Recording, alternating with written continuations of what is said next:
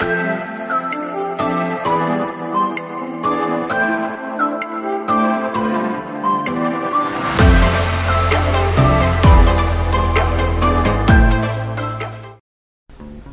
আলাইকুম, সবাইকে স্বাগতম আমার রাশিয়া ভ্রমণের আরও একটি নতুন ভিডিওতে।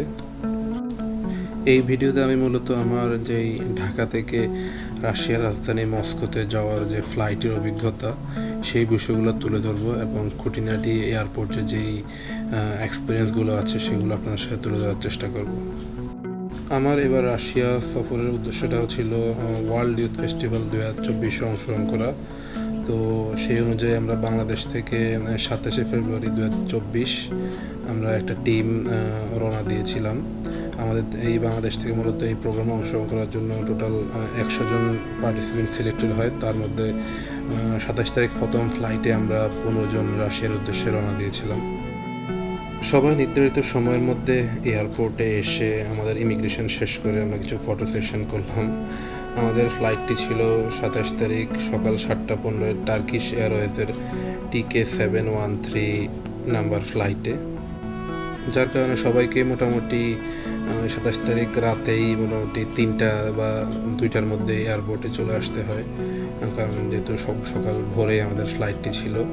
তো আমরা নির্ধারিত সময়ে সবাই ফ্লাইটে উঠলাম এবং যে যার মতো সবার নির্দিষ্ট সিটে আমরা গিয়ে বসেছিলাম। আমাদের বিমানটি ছিল এয়ারবাস A330 সিরিজের একটি বিমান। তো বিমানে ওঠার পরেই কেবিন ক্রুর একটা ছোট্ট ব্যাগ দিল, যে ব্যাগটার মধ্যে একটা স্লিপিং মাস্ক, তারপরে এক জোড়া মোজা, এয়ার ফ্ল্যাগ এগুলো ছিল। খুবই সুন্দর একটা ব্যাগের মধ্যে ছিল। দেশের সাথে একটি পানির বোতলও দিয়েছিল। কিছুক্ষণ পরে একটি প্যাকেট দিয়ে যায়, যে প্যাকেটের ভেতরে ছিল একটি ব্ল্যাঙ্কেট। তো সব মিলিয়ে বিমানে ওঠার পরেই বেশ কিছু জিনিস দিল, কারণ ফ্লাইটটা অনেক বড় ছিল। এটা অলমোস্ট 7 আওয়ার্সের একটা জার্নি ঢাকা থেকে তুরস্কের ইস্তাম্বুল ইন্টারন্যাশনাল এয়ারপোর্টের 7.5 ঘন্টার মতো এই ফ্লাইটের দূরত্ব আর কি। তো এই সময়ের জন্য আমাদেরকে বেশ কিছু জিনিস সার্ভ করে, ভালোই লাগলো। আমাদের ফ্লাইটটি নির্ধারিত সময় সকাল 7:15 ঢাকা আন্তর্জাতিক বিমানবন্দর থেকে উড্ডয়ন করে। তো 1 ঘন্টা যাওয়ার পরে আমাদেরকে সকালে ব্রেকফাস্ট সার্ভ করা হয়, যেখানে ছিল মাশরুম, তারপরে একটা ডিম দিয়ে মেবি কোনো একটা পরোটার মতো কিছু একটা তৈরি করা হয়েছিল, সাথে ব্রেড, জেলি, তারপরে ছিল হালকা কিছু ফ্রুটস, চিজ আর পানি। তো এই ছিল সকালের ব্রেকফাস্ট। মূলত এই ফ্লাইটে 2টি খাবার সার্ভ করা হয়, একটা হচ্ছে ব্রেকফাস্ট আর একটা হচ্ছে ইস্তানবুলে নামার আগে একটা লাঞ্চ দেওয়া হবে। তো সেগুলো আপনাদের সাথে আমি কিছুক্ষণ পরেই আবার শেয়ার করব। খাবারগুলো খুবই মজাদার এবং ফ্রেশ ছিল। তো আমি এবং আমার বন্ধু আমরা ব্রেকফাস্টটা খুব এনজয় করছিলাম। তো খাবার শেষে আমরা কফি নিয়েছিলাম এবং কফিটাও খুব ভালো ছিল। তো সব মিলিয়ে ভালো একটা ব্রেকফাস্ট শেষে আমরা মোটামুটি একটু ঘুমানোর জন্য প্রস্তুতি নিচ্ছিলাম, কারণ যেহেতু বড় একটা ফ্লাইট সব লাইটগুলো অফ করে দেওয়া হয়েছিল। যে যার মতো করে কেউ মুভি দেখছে, কেউ বা ঘুমাচ্ছে। তো আমিও একটা মুভি অন করে মুভি দেখা শুরু করলাম। তো এভাবে দেখতে দেখতে আমাদের প্রায় 6 ঘন্টা পার হয়ে যায়। তো ঠিক ইস্তানবুল ল্যান্ড করার ঠিক 1 ঘন্টা আগে লাঞ্চ সার্ভ করা শুরু হয়। লাঞ্চে ছিল খুব মজাদার একটা চাউমিন, চিকেন চাউমিন এবং ব্রেড, আবার সেম একটা কেক ছিল, তারপরে বিটরুটের সালাদ ছিল আর পানি ছিল। তো ঠিক যথারীতি আমরা লাঞ্চটা নিচ্ছিলাম, যেহেতু আমাদের এরপরে বড় 8 ঘন্টার একটা ট্রানজিট আছে ইস্তানবুল এয়ারপোর্টে ল্যান্ড করার পরে। তো সবাই আমরা লাঞ্চ করে নামার জন্য প্রস্তুতি নিচ্ছিলাম আর কি।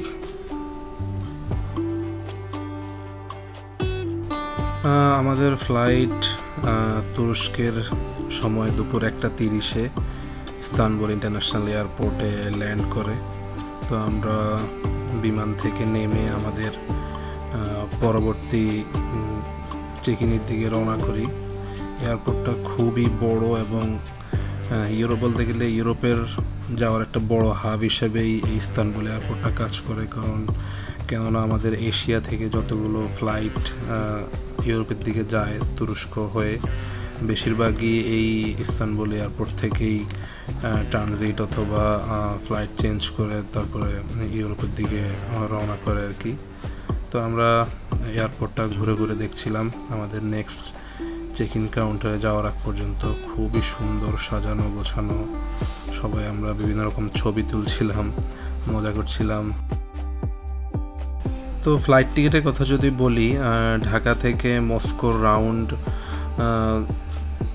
টার্কিশ এয়ারওয়েজে ফ্লাইটের দাম অলমোস্ট 2 লাখ টাকা। আর এছাড়াও আরও বেশ কিছু বিমান আছে যেগুলোতে আরও কম দামে ভ্রমণ করা যায়, যেমন এয়ার আরাবিয়া, ফ্লাই দুবাই, এগুলোতে আরও মোটামুটি আরও কম রেটেই ফ্লাইটগুলো যাওয়া যায় আর কি ঢাকা মস্কোতে। তো আমরা যেহেতু এই ফেস্টিভ্যালে যাচ্ছি এবং এটা আমাদের একটা ফান্ডেড প্রোগ্রাম ছিল, তো রাশিয়ান গভর্নমেন্ট আমাদের টিকিটের কস্টিংটা দেয়, যার কারণে আমাদের এই বিশাল কস্টটা আসলে লাগে না আর কি। কিন্তু অলমোস্ট টার্কিশ এয়ারওয়েজে 2 লাখ টাকার মতো লাগে ঢাকা মস্কো রিটার্ন ফ্লাইটের টিকিট আর কি। তো এই ছিল ফ্লাইটের টিকিটের দাম। আশা করি আপনারা বুঝতে পারবেন নেক্সট আপনারা যদি ঢাকা থেকে রাশিয়াতে যাওয়ার জন্য ফ্লাইটের টিকিট কাটেন। তো আমি বলবো আরও বেশ কিছু অপশান আছে, যেটা বললাম এয়ার আরাবিয়া, ফ্লাই দুবাই, এগুলো দেখবেন, তাহলে আরও কমে টিকিট কাটতে পারবেন আর কি।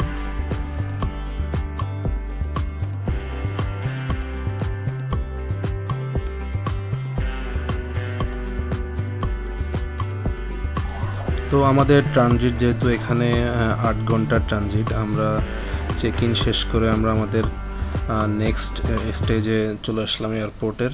আপনাদেরকে একটা গুরুত্বপূর্ণ বিষয় জানিয়ে রাখি, টার্কিশ এয়ারওয়েজে আপনি যদি 8 ঘন্টার বেশি ট্রানজিট পেয়ে থাকেন তাহলে আপনি ফ্লাইট কোম্পানির পক্ষ থেকেই এয়ারপোর্টে খাবারের জন্য আপনি কুপন সংগ্রহ করতে পারবেন, যেই কুপন দিয়ে আপনি এয়ারপোর্টের যে কোনো ফুড কোর্ট থেকে আপনি খাবার সংগ্রহ করে আপনি খাবার খেতে পারবেন।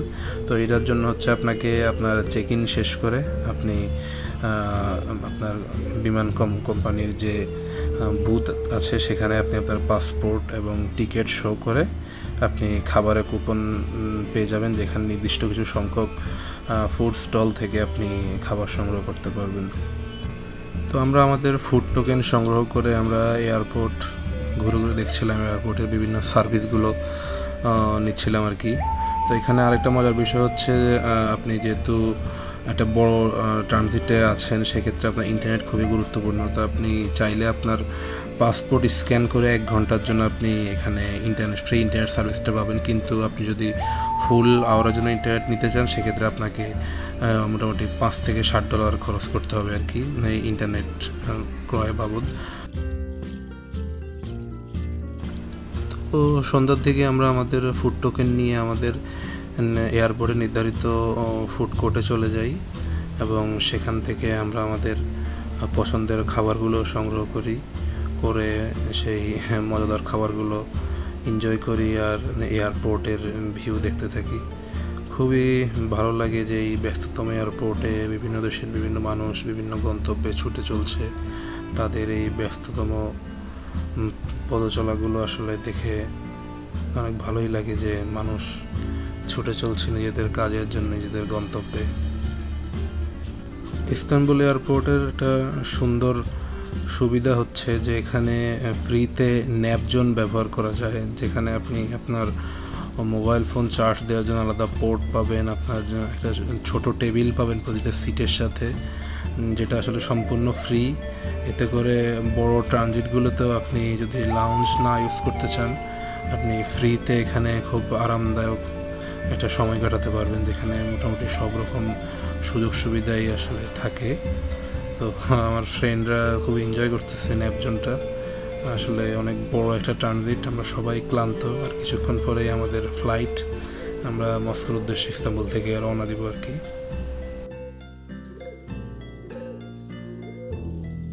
তো আমরা নির্ধারিত সময়ে ইস্তানবুল থেকে আমাদের নেক্সট মস্কো যাওয়ার ফ্লাইটে উঠি, যেটা রাত 10:10 ফ্লাইট ছিল, এবং আমাদের ফ্লাইটটা মস্কো পৌঁছানোর টাইম ছিল রাত 2:10 মস্কো টাইম।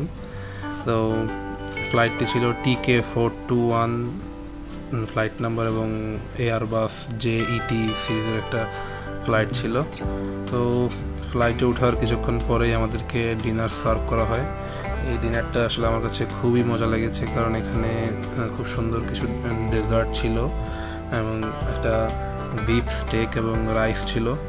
তো এই খাবারগুলো এনজয় করতে করতে আমাদের 4 ঘন্টা সময় পার হয়ে যায় এবং আমরা মোটামুটি রাত 2:10 মস্কো টাইম আমরা মস্কোতে ল্যান্ড করি। মস্কোতে নামার পরে ইমিগ্রেশন শেষ করে আমি দ্রুত এয়ারপোর্টের বাইরে এসে যেই মাইনাস টেম্পারেচারটা, এটা এনজয় করার জন্য দ্রুত চলে আসি। তো বন্ধুরা, এই ছিল আমার ঢাকা থেকে মস্কোর ফ্লাইটের অভিজ্ঞতা। আমাদের নেক্সট ফ্লাইট ছিল সকাল 8টায় এই মস্কোর ভেনুকোভ ইন্টারন্যাশনাল এয়ারপোর্ট থেকে সোচিতে, যেখানে আমাদের মূল প্রোগ্রাম। তো আশা করছি নেক্সট ভিডিওতে আমি সেই অভিজ্ঞতাগুলো শেয়ার করব। তো সবাই ভালো থাকবেন, সুস্থ থাকবেন। ধন্যবাদ। আসসালামু আলাইকুম।